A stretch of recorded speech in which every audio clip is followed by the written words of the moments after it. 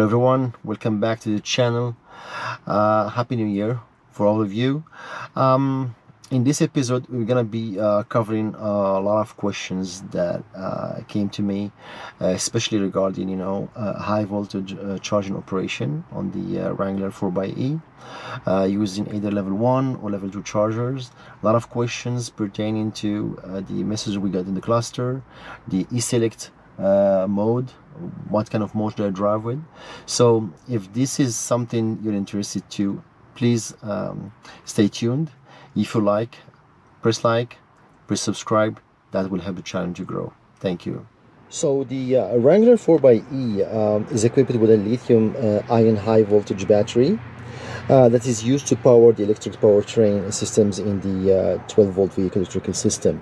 This battery is located under the rear passenger seats. It's a 17.5 kilowatt 400 volts battery, actually 17.3 kilowatts, because the remaining 0.2 kilowatts are just used to preserve the battery so it never goes completely empty. Why lithium-ion batteries?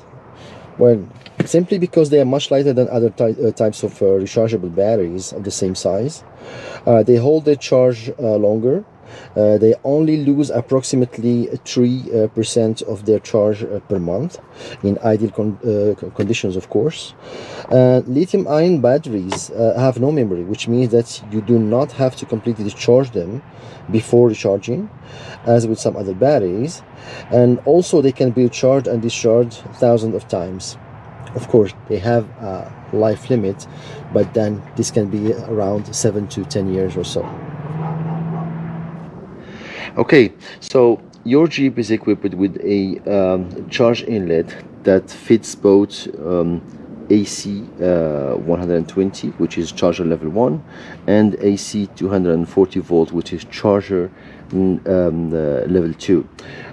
This inlet is hidden under this compartment, so how you access that is just you push the plastic door that would release the door from the latch, and then you have a rubber protection plug. You take it out, and this is your inlet where you plug in your charger. So your Jeep would come from the factory with an AC level 1 charging, that 120 volt 12 amps. It comes in a bag, nice bag actually, and usually it's stored always on the storage compartment in your trunk. So on one side you will find the plug that goes into your charging inlet for the Jeep. Has a Jeep logo from one side and then the Mopar logo from the other side. Then you have a 15 foot or 10 foot cable, and then you have the electronic box, so the charger itself with the Jeep logo. 3 lights. The first one is the light that switch on, that shows you that there is current going on, so when you plug this into the wall you will have that light on. The second light shows you any errors or any faults that might happen in the charger itself or within the charger itself. And the third one might show you any faults that might happen or be present or for the wall plug, actually, the electrical plug on your wall. So this AC level 1 charging requires a conventional NEMA 5 15R 120 volt AC ground wall outlet. Please make sure that your electric installation or the plug that you're going to insert that into is equipped with a 15 amp or 20 amp fuse. Do not use an extension cord, never, unless you have one of those big cords that are used for the RVs. These can sustain up to 30 amps current, so they are more or less safe. Also, this portable charger should be plugged into a dedicated circuit, not a circuit shared with any other electrical devices. If it does not charge and it does not show any errors, please check your hood. If your hood is AJAR, that charger will not start and charging will not start. This is a safety let's say safety feature installed by Jeep, so always make sure that your hood is closed, well latched, before checking if the charger is faulty or not. Okay, so what I have here is a level 2 charger. So this is a 240 volts 40 amp AC level 2 charger. It requires, of course, 240 volt inlet, and also it needs a 40 amp fuse. That's mandatory. So either you have a plug already in your garage that you use, kind of same plugs that you use for your dryer or for your stove. These usually are plugged into 40 amp fuse. If you don't, then you need to call an electrician to have a proper installation. Same as the level 1 charger, it needs to be a dedicated circuit. You cannot be shared with any other electrical devices. What I like about it, the cable is beefier, but also the plug that goes into your Jeep have a protection. This is a rubber protection that keeps your pins always dust free. That's the first thing. The second thing is just this this charger comes with a smart display that will show you the current, the amperage, how many amps you're drawing, if there are any errors. Also, you have a smart light. If it's red, something is wrong. If it's green, then all is okay. I'll plug this and I'll show you exactly how it looks like. As I said, these need to go into a dedicated electrical plug that is equipped with a 15 to 20 amp fuse. Once you plug this into your wall, the 3 lights will switch on, just kind of a check status lights, and then if all is good, it will go to the green light. So let me show you. So I plug this, and then you have your 3 lights, and then it's green. That means it's okay to go charge the Jeep. So same thing for the level 2 charger. So I plug it into a dedicated circuit, 240 volts, 40 amps, and once I plug that, charger come alive. You have a check status, and then you have either red or green lights. The screen will give you a lot of information on your charging status, and once you plug this into your Jeep, it starts, blinking green, the same as the inlet light on your Jeep. Once your Jeep is charged, then it becomes, steady green. Okay, now we take the other plug. You open the door, get the rubber protection out, and then you push until you hear a click. Once it clicks, it gives you red, blue, and then green, and then it starts flashing green. That means your vehicle is charging. Once the green stops flashing, once it's a steady green light, that means your vehicle is already charged. What you do, you press on the button, put it out. First thing to do, never forget that, put the plug back in, and then latch the door. A lot of people would forget that, and then accidents can happen, or even worse, you can get dust into your charging inlet. We don't want that. So once you plug in your charger, you will have 2 indicators. The first one is a visual indicator that will give you the charging status. Bear in mind that each one of these is around 25% of charge, and as you can see, they blink at 2 different speeds. So if the blink is 1 second apart, 1 second on, 1 second off, that means it's charging the first half of this cluster. If the blink is half a second on, half a second off, that means it's charging the second part of this cluster, and he's closer to 75%. Another visual indicator is your cluster. So your cluster will show you that your vehicle is plugged, will show you if it is charging, and will show you also the estimated time to reach 100%. In this case, you can see 5 hours 58 minutes, and that gives you an estimation of how long it takes to charge the vehicle using a level 1 charger. Now I'm gonna try the same with the level 2 charger and show you the difference. Okay, now let's try the level 2 charger. Open the hatch, get the plug out, plug in the charger. You can see the color changing, red, green, blue. Then it will start flashing green. That means it's charging. And here you can see it's charging also. But now if we go inside the car, then you can see the huge time difference in the remaining charging time. So we're still at 72%, 73%, right? It says plugged in and charging. You have the small plug here, but then the estimated time to 100% is down to 56 minutes only. That's a huge difference between charging with your charger level 1 and the level 2 charger. So people usually they ask me, how long does it take to charge or fully charge the Jeep with the level 1 charger or with the level 2 charger? It depends, right? It depends on a lot of elements. The first one is what is the current state of charge, SOC of your battery. If it's at 1%, 10%, if it's at 90%, of course, the charging time will be different.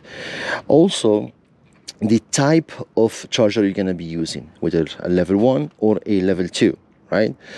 It depends also on the ambient temperature. Charging when the weather is nice is not the same as charging when it's damn cold.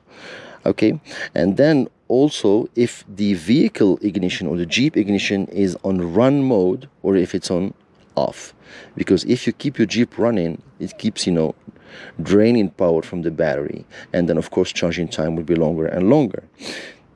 Now the short answer is 12 hours approximately for level 1 charger and 2 hours approximately for a level 2 charger. With this specific charger I get 2 hours 15 minutes more or less.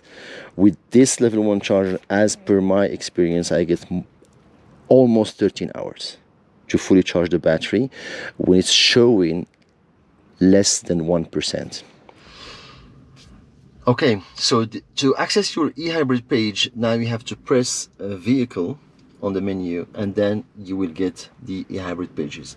That will show you a small graph. This is an animation showing if you're drawing power from the battery or if you're charging your battery. That's the power flow. And as you can see here, in yellow is the engine. So my engine right now is off, not producing any energy. It's at 0 kilowatt.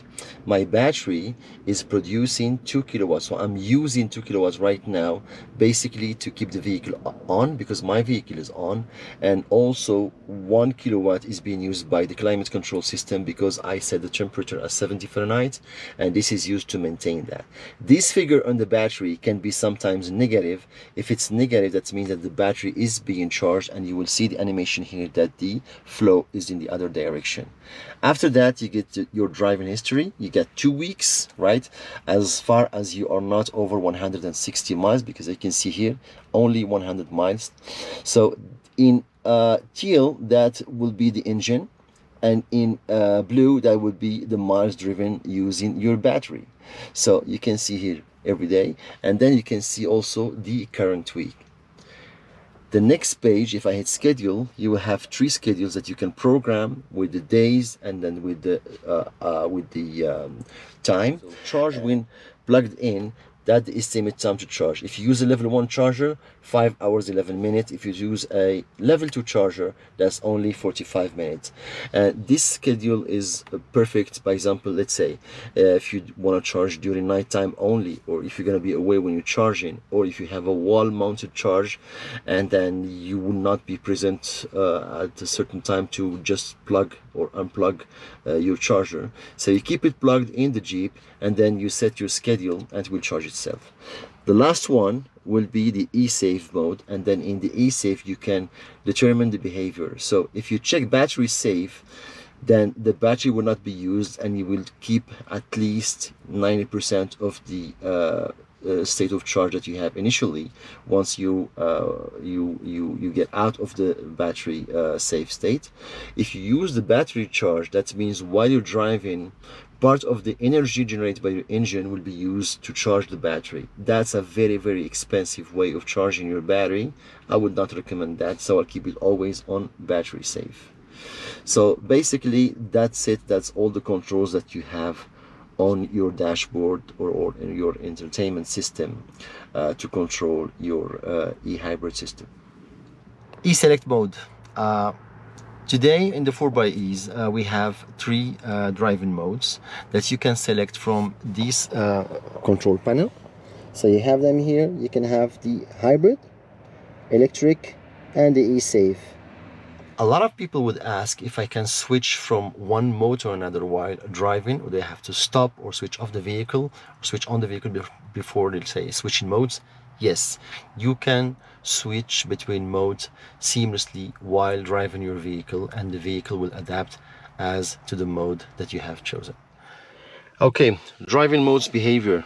So right now, if I switch on the vehicle, depress the brake pedal, my vehicle is on, and you can see three lights on, and then the hybrid mode goes into by default. And you can see, because I have 70% charge remaining in my battery, that the engine is off, and then the charging status also in 0. So I'm not depleting the battery and I'm not charging. Now I put the vehicle in drive. Let me just put my seatbelt first,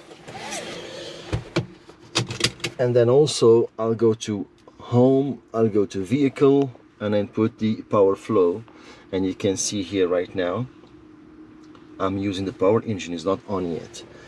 Okay, my vehicle is in drive now, and if I drive slowly, normal speed, you can see that the engine is still off, and I'm not using, sorry, the road is a bit icy, and I'm not using any energy from the engine. But then the battery, you can see how many kilowatts I'm using right now. But now let's say I'm gonna bypass somebody, I'm gonna use more power than usual. So if I hit the throttle, you can see immediately the engine goes on, and then I can see how many watts I'm getting from the engine. And you can see the battery became a negative figure immediately, because right now the battery is being charged, and you can see the flow here is going from the engine to the battery, and then from the battery to the climate control. 9 kilowatts from the engine, minus 5 kilowatts from the battery, and 2 kilowatts used by the climate control. Now I'm in this state, and I'm gonna push the electric. Once I do that, the engine shuts off, and again I'm using exclusively the battery. So I'm gonna start driving, power go into the wheels, and you can see how much power I'm using. Now if I go to the WOT, wide open throttle, the engine will kick off, the engine will kick in even if I am let's say on electric mode. So again, now I'm using the battery,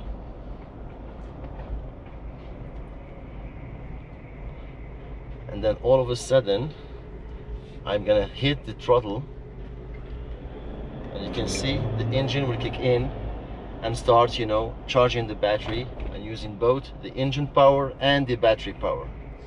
Now let's talk about max regen or max regeneration. So this is a system on your Jeep that when you slow down, that allows you to slow down the vehicle without using the brakes. It uses kind of magnetic motor, let's say braking within the electrical engine on the Jeep, and the max regen can be activated using this button, and you can see here max regen on. So once the max regen button is on, the way it works is when you're driving your vehicle and you lift your foot out of the throttle, the vehicle starts slowing down, and you can see you're generating some energy and charging basically your battery. So that's a very smart way to save on your brakes, but also to save energy, especially when you're on downhill, when you're on on and off traffic within town. That's very useful. I keep it on all the time. It's like, you know, driving a Tesla. It's like, you know, one pedal system, which is very, very effective and can gain you let's say a lot of miles. I mean, just for free basically.